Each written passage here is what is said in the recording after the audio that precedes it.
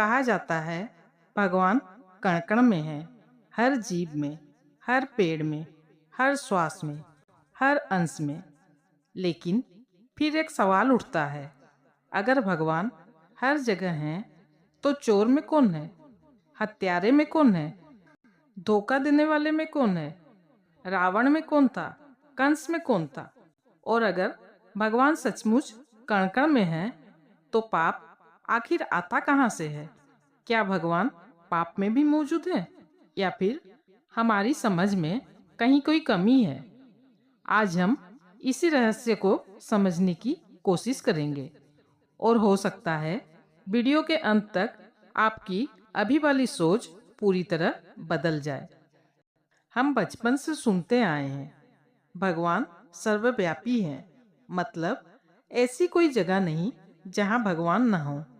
लेकिन रुकिए, अगर भगवान हर जगह हैं तो क्या भगवान रावण में भी थे? और अगर थे तो फिर रावण रावण कैसे बना? हम सभी के मन में ये विरोधाभास पैदा होता है, क्योंकि उसी दुनिया में युद्ध भी है, लालच भी है, अत्याचार भी है और अनगिनत पाप भी है। तो क्या इसका मतलब है कि भगवान इन सब को होने दे रहे हैं या भगवान स्वयं इन सब में है? यही वो प्रश्न है जिसने सदियों से लोगों को उलझाया है। जरा सोचिए, रावण कौन था? क्या वह सिर्फ एक राक्षस था? नहीं, वह महान विद्वान था, महान तपस्वी था, शिवभक्त था, वेदों का ज्ञाता था। फिर भी वह अधर्म के मार्ग पर चला। अब प्रश्न उठता है, अगर ज्ञान था तो पतन क्यों हुआ? यही पहली बार हमें एक संकेत मिलता है। समस्या शक्ति में नहीं थी, समस्या अहंकार में थी। ज्ञान था लेकिन विनम्रता नहीं थी, भक्ति थी लेकिन समर्पण नहीं था।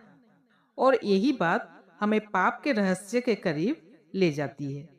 अब सबसे कठिन प्रश्न, अगर भगवान ने पाप नहीं बनाया तो फिर पहला पाप आया कहाँ से?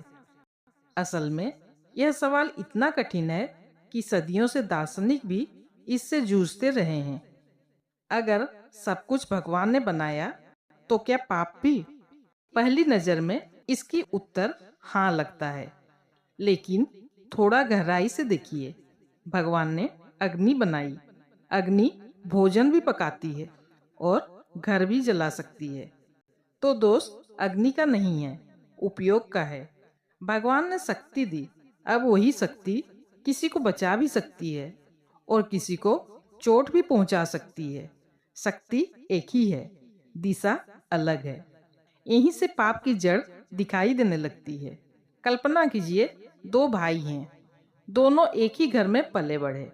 एक दयालु बनता है, दूसरा क्रूर। अगर भगवान दोनों में थे तो फर्क कहाँ पैदा हुआ? जरा सोचिए। अब ध्यान से सुनिए, यह इस वीडियो का सबसे महत्वपूर्ण भाग है।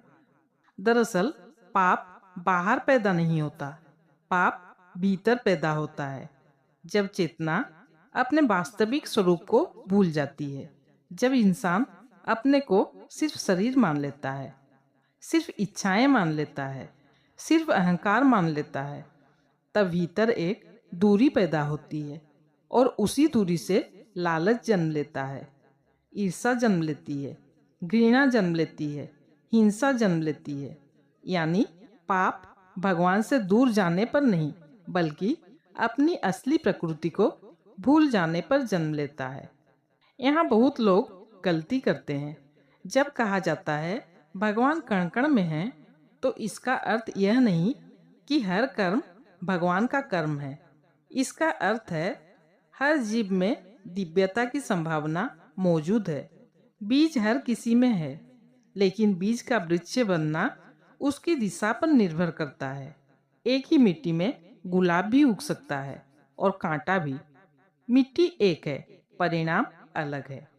अब शायद आप समझ रहे होंगे कि धर्म और अधर्म का युद्ध बाहर कम, भीतर ज्यादा चलता है। महाभारत केवल कुरुक्षेत्र में नहीं हुई थी, वह हर मनुष्य के भीतर होती है। हर दिन, हर निर्णय में, हर विचार में। एक तरफ चेतना है, दूसरी तरफ अहंकार। एक तरफ प्रेम है, दूसरी तरफ भय। और इंसान का जीवन इन्हीं दोनों के बीच का चुनाव बन जाता है। तो आखिर अगर कण कण में भगवान है तो दुनिया में पाप क्यों है? क्योंकि भगवान ने चेतना दी है, लेकिन चुनाव भी दिया है। प्रकाश दिया है, लेकिन आंखें बंद करने की स्वतंत्रता भी दी है। सत्य दिया है, लेकिन उससे मुंह मोड़ने की क्षमता भी दी है। पाप भगवान की अनुपस्थिति नहीं है। पाप उस चेतना का परिणाम है जो अपने स्रोत को भूल गई है। और शायद यही कारण है कि संत बार बार कहते हैं, भगवान को बाहर मत खोजो, पहले अपने भीतर देखो। क्योंकि जब इंसान स्वयं को पहचान लेता है तो वही चेतना जो कभी पाप की ओर जाती थी, धीरे धीरे प्रकाश की ओर मुड़ने लगती है। और तब समझ आता है कि कण कण में भगवान होने का अर्थ क्या है। क्योंकि अंधकार कभी प्रकाश का विरोधी नहीं था। अंधकार तो बस प्रकाश की अनुपस्थिति था।